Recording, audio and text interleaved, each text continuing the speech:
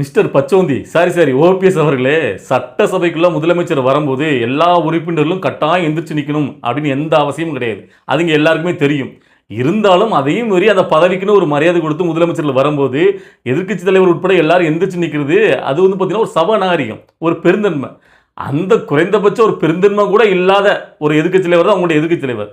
முதல்ல அவருக்கு ஒரு சபாநாயகர்னா என்னன்னு சொல்லி கொடுங்க. முடியலையா மூடிட்டு இருங்க. அதை விட்டு இங்கே பாடம் எடுக்க வராதிங்க. நீங்கள் யார் எப்படிப்பட்டவன்னு ஊருக்கே தெரியும். இந்த மாதிரி கேவலப்பட்ட பொழப்பெல்லாம் யாருமே பொழைக்கக்கூடாது. என்ன ஒரு மானங்கட்டத்தனம்! இவ்வளோ நாளாக அதிமுகவில் இருந்துக்கிட்டு ஜெயலலிதா அவர்கள் மூச்சுக்கு 300 தடவை மைனாரிட்டி திமுகன்னு இந்த திமுகவை தான் அவங்களுடைய அரசியலே பண்ணாங்க, புரட்சித்தலைவர் உட்பட. ஆனால் நீங்கள் முழுக்க இவ்வளோ நாள் அதை எதுக்கிற மாதிரி ஏற்றுக்கிட்டு இப்போ வெறும் பதவிக்காக, அற்ப பதவிக்காக அங்கிருந்து இங்கே வந்து, அதுவும் பார்த்தீங்கன்னா அவர் முக ஸ்டாலினோட பொட்டாவப்படி நெஞ்சில் குத்திருக்காங்களாம்.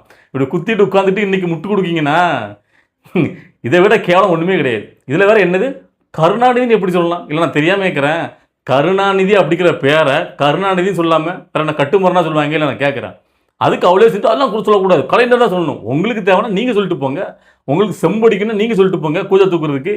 மற்றவங்களாம் ஏன் சொல்லுங்க கேட்குறேன். அவர் பேர் கருணாநிதி தானே. இன்னைக்கு அது கொடுமையாக இருக்குது.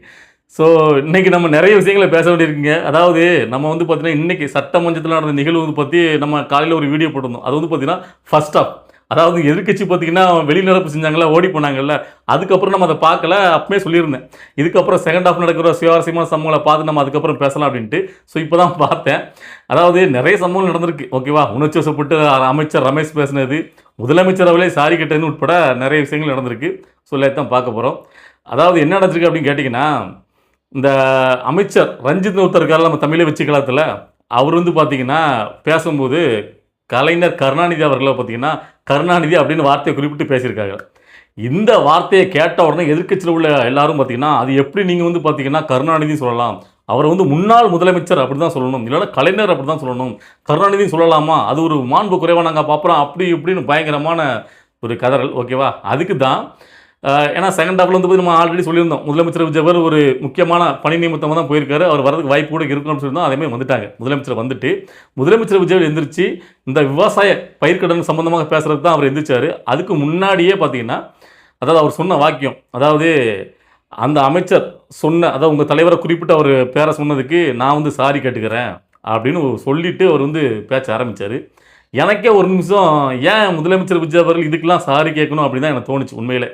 ஆனால் அந்த சாரி கேட்டது முதலமைச்சர் விஜய் அவருடைய பெருந்தன்மை. அங்கே தான் நீங்கள் முதலமைச்சர் விஜயில் பார்க்கணும். பெரிய பெரிய தப்பு பண்ணுறவங்களே சாரிங்கிற வார்த்தையை கேட்க மாட்டாங்க அவ்வளோ சீக்கிரத்தில். ஆனால் ஒரு முதலமைச்சராக இருக்கக்கூடியவர் ஒரு சின்ன தப்பு தான், அவரை கேட்க சொன்னாலே அவர் கேட்டிருப்பார். முதலமைச்சர் விஜய் அவர்கள் ஒரு கண்ணடிச்சு அதை சொல்லாதீங்க மாற்றி பேசுங்கன்னா அவரே அந்த இடத்துல சாரி கேட்டிருப்பார். ஆனால் தான் பேசும்போது தான் கட்சியால் ஒரு தவறான வாக்கு விட்டார், அதுக்கு நான் பொறுப்பேற்றுக்கிறேன், நான் சாரி சொல்லிக்கிறேங்கிறது எவ்வளோ பெரிய பெருந்தன்மையான விஷயம். ஏன்னா அது அவங்க கட்சி ஆள், அவங்களுடைய ஆட்கள், அவங்க ஆட்கள் தப்புனா அது அவர் தப்புன மாதிரி தான். ஸோ அந்த பொறுப்பு அவர் ஏற்றுக்கிட்டு சாரிங்கார். அதாவது இந்த ஒரு சின்ன விஷயத்து கூட அவராக முன் வந்து அவர் ஒரு சாரின்னு கேட்குற விஷயம் இருக்குல்ல, ஒரு முதலமைச்சர் எனக்கு தெரிஞ்சு சட்டசபைகளில் சாரி அப்படின்னு சொல்லிட்டு அவங்க பண்ண தப்புக்கே கேட்பாங்களான்னு எனக்கு தெரியாது.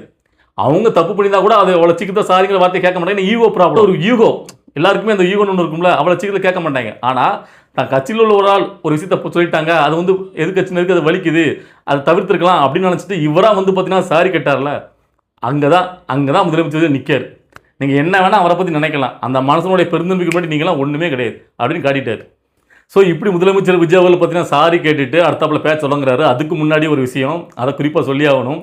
இதை கேட்ட உடனே, அதாவது நம்முடைய முதலமைச்சர் விஜய் அவர்கள் சாரி கேட்ட உடனே அதை வந்து பின்னாடி இருந்த அமைச்சர் ரமேஷ் பார்த்துக்கிட்டு அதுக்கு வந்து பொறுத்துக்க முடியாமல் டட்டுன்னு எந்திரிச்சிட்டாரு. அவருக்கு செமையான ஒரு டென்ஷன், எல்லாம் ரத்தம் துடிக்க முடியல, எப்படா நம்ம முதலமைச்சரே சாரி கேட்க வச்சுட்டாங்களா அப்படிங்கிற கோபத்தில் எந்திரிச்சு ஓபிஎஸ் பார்த்து கேட்குறாரு, முன்னாள் முதல்வர் ஓபிஎஸ் அவர்களே, அதாவது நாங்கள்லாம் கண்ணியத்தோடு நடந்துக்கணும், இந்த சபைக்குன்னு ஒரு நாகரிகம் அப்படி சொல்கிறீங்கல்ல, நாங்கள்லாம் முதல் முறை சட்டமன்ற உறுப்பினர் தான், நீங்கள் சொல்கிறவங்க கேட்டு அதன்படி இனிமேல் நடந்துக்கிறோம், ஆனால் அதே மாதிரி கண்ணியத்துடன் நடக்கணும் அப்படிங்கிறத உங்களுடைய எதிர்க்கட்சி தலைவருக்கு சொல்லிக் கொடுங்க அப்படின்னு ஒரு போட்டார் பாருங்க. ஒட்டுமொத்த எதிர்க்கட்சியும் கதற ஆரம்பிச்சிட்டு. ஏன்னு கேட்டிங்கன்னா அதுக்கு காரணம் என்னன்னு சொல்கிறேன். ஏன்னா எங்களுடைய ஒட்டுமொத்த 8 கோடி தமிழ்நாட்டு மக்களுடைய முதலமைச்சர் அவர் சட்டசபையில் வரும்போது எந்திரிக்காமல் உட்கார்ந்துருக்காருல, இது வந்து அவர் கண்ணிய குறைவாக தெரியலையா, இதெல்லாம் நீங்கள் சொல்லிக் கொடுங்க அப்படின்னு ஒரு போட்டார்ல. தரமான சம்பவம் அதுக்கு. அதாவது உண்மையிலேயே முதலமைச்சர் விஜய் அவர்கள் மீது ஒரு பற்றுள்ள ஒரு விசுவாசம் உள்ள யாராக இருந்தாலும் அந்த இடத்துல அப்படி தான் நடந்துப்பாங்க. அமைச்சர் ரமேஷ் இடத்துல நான் இருந்தாலும் இதே கேள்வி இதோட பயங்கரமாக கேட்டிருப்பேன். உண்மையிலே ரமேஷ் வந்து பார்த்திங்கன்னா ஒரு விசுவாசமிக்க ஒரு நபருங்கிறத அந்த இடத்துல காமிச்சிட்டார். ஏன்னா இங்கே இருக்கிற எல்லாருமே பார்த்தீங்கன்னா விஜய்ங்கிற ஒரு ஃபேஸ் வெளியில் மட்டும்தான் மக்கள் ஓட்டு போட்டு ஜெயிச்சு இந்த ஆட்சி அதிகாரத்துக்கு வந்திருக்காங்க. அதுவும் உடனே அமைச்சர் வேறு. ஸோ அதனால் அந்த பச்சும் கோபமும் ஆட்டோமேட்டிக்காக வருங்க. புரியுதுங்களா? ஸோ அப்படிங்கும்போது அவர் அந்த முதலமைச்சராக பார்த்தீங்கன்னா அந்த சட்டசபையில் வரும்போது எல்லாருக்கும் மரியாதை கொடுத்து அவர் கையெடுத்து கும்பிட்டு நிற்கும் போது எதிர்க்கட்சி தலைவராக இருக்கவர் அதை கண்டு காணாமல் இப்படி வரும்போது கண்டிப்பாக அந்த ஈவோங்கிறது நம்மளுக்கு கோபம் வரதான் செய்யும். ஸோ அப்படிங்கும்போது நாம் அதை கூட பெருசாக நடக்காம இவ்வளோ நாள் கடந்து போனாங்க. அவர் அன்னையிலேருந்து அப்படி தான் உட்காந்துருக்காரு. யாரும் பார்த்தீங்கன்னா அந்த பெருசாக கண்டிச்சாரி அவர் வந்து வேணும்னே இருக்காது எல்லாம் தெரியும். இதை போயிட்டு நம்ம எதுக்கு சொல்லிக்கிட்டு தான் எல்லாம் கடந்து போகிறாங்க. ஆனால் இன்னைக்கு முன்னாள் முதலமைச்சராக, அதாவது முன்னாள் முதலமைச்சர் கருணாநிதியோடைய பேரை வந்து கருணாநிதி சொல்லக்கூடாதான், அது வந்து நாகரிகம் நீங்கள் அப்படி தான் சொல்லணும். அப்படின்னா ஒரு முதலமைச்சர் வரும்போது எந்திரிச்சு நிற்கிறது பேசிக் நாகரிகம். இதை வந்து யாரும் சொல்லிக் கொடுக்கணும் அவசியமே கிடையாது. அப்போ அது கூட தெரியாதா உங்களுடைய எதிர்க்கட்சி தலைவருக்கு? சரியான கேள்வி, நான் உண்மையிலே வரவேற்கிறேன். ஸோ அதுக்கப்புறம் பார்த்தீங்கன்னா நம்ம முதலமைச்சர் பேசணும் அந்த பாயிண்ட்டுக்கு வரும். அவர் எந்திரிச்சு அதுக்கப்புறம் என்ன பேசலாம்னு கேட்டிங்கன்னா உண்மையிலே விவசாயிகளுக்கு ஒரு குட் நியூஸ் தான். அதாவது இதுக்கு முன்னாடியே பார்த்தீங்கன்னா பயிர்க்கடன் தள்ளுபடி முதல்ல 50,000 அறிவிச்சாங்க. அதுக்கப்புறம் 75,000 வரையும் வந்து வாங்கின கடனுக்கு ஃப்ரீன்னு சொன்னாங்க. ஸோ இப்போ 75,000 1 லட்சம் வாங்கினாங்க. 1 லட்சம் மேலே வாங்கணும்னு பட்டியல் போட்டு அவர் வந்து பார்த்தீங்கன்னா இன்றைக்கி அறிவிச்சிருக்காரு. அதாவது 75,000 வரைக்கும் பயிர்க்கடன் வாங்கினவங்களுக்கு முழுவதுமாக 100% தள்ளுபடி. 75,000 1 லட்சம் வாங்கினவங்களுக்கு 75,000 வரைக்கும் தள்ளுபடி. 1 லட்சத்துலேருந்து அதுக்கு மேலே வாங்கினவங்களுக்கு 35,000 வரைக்கும் தள்ளுபடி. ஸோ அப்படி படிப்படியாக இந்த விவசாயிகளுக்கு பயிர்க்கடன் தள்ளுபடியாக படிப்படியாக அதிகரிச்சிட்டே வராரு. இவ்வளோக்குள்ள நிதி நெருக்கடியிலும் விவசாயிகளுடைய அந்த கஷ்டத்தை புரிஞ்சுக்கிட்டு தான் அவர் படிப்படியாக ஒதுக்கிட்டு வராரு. ஸோ ஒரு நல்ல விஷயம், குட் நியூஸ்னே சொல்லலாம் விவசாயிகளுக்கு. இன்னும் கூடிய சீக்கிரத்தில் உங்களுடைய ஒட்டுமொத்த கஷ்டத்தையுமே அவர் நீக்கிடுவார். ஏன்னா மனசு தங்கவியா சொன்னதை செய்யாமல் விட மாட்டார் அப்படிங்கிறது நம்முடைய இது. இதில் இன்னும் பார்த்திங்கன்னா நிறைய சம்பவங்கள், அதாவது மக்கள் நல்வாழ்வுத்துறை அமைச்சர் இருக்கார்ல அந்த அருண்ராஜ், அவங்க பேசும்போது அதாவது ஊழல் கரப்ஷன் கடந்த ஆட்சியில் பார்த்திங்கன்னா அந்த கரப்ஷன் ஊழலில் நார்மலைஸ் பண்ணிட்டே இருந்தாங்க அப்படிங்கிற மாதிரி வார்த்தையை விட்டார். அதை கடந்த ஆட்சியில் ஊழல் அப்படின்னு ஊழல் அப்படின்னு ஒன்றே அந்த எதிர்க்கட்சியில் அவ்வளோ வெறும் பார்த்தீங்கன்னா அது எப்படி சொல்லலாம் நீங்கள் அப்படி இப்படின்னு பயங்கரமாக கத்த ஆரம்பிச்சிட்டாங்க. உடனே இப்போலாம் பார்த்தீங்கன்னா ஆதவனா ராஜ்மோகனை விட இன்னொருத்தர் நம்ம சைடு பயங்கரமாக அப்படி வந்து பார்த்தீங்கன்னா ரெடி ஆகிட்டு வர்றாரு. யாருன்னு கேட்டிங்கன்னா நீர்வளத்துறை அமைச்சர் புஷியானந்த் அவர்கள் தான். உடனே எதிர்ச்சிட்டாருங்க மனுஷன். ஏங்க என்னங்க இது ஊழல் சொன்னால் நீங்கள் எங்கே கத்திட்டு எந்திரிக்கீங்க? ஊழல் தானே சொன்னார், எந்த கட்சின்னு சொன்னாரா? ஏன் உங்களுக்கு மட்டும் கோவம் வருது? நீங்கள் மட்டும் எந்திரிக்கீங்க?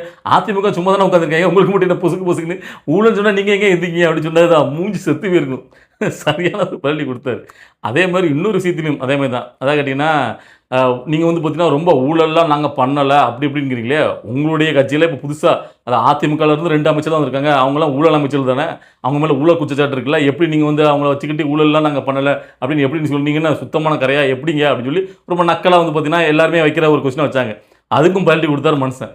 அதாவது அவங்க மேலே இன்னும் குற்றம் சாட்டப்பட்டு நிரூபிக்கப்படல, கோர்ட்டில் தானே கேஸ் இருக்குது. நீங்கள் நிரூபிக்கப்பட்டுச்சு அவர் ஊழல் குற்றவாளி நிரூபிக்கப்பட்டால் நீங்கள் என்கிட்ட கேளுங்க தெரியும். அமைச்சர் ஆனந்த் அவர்கள் இப்படி தான் ஒரு பதிலை கொடுப்பார் நம்ம நினச்சி கூட பார்க்கல.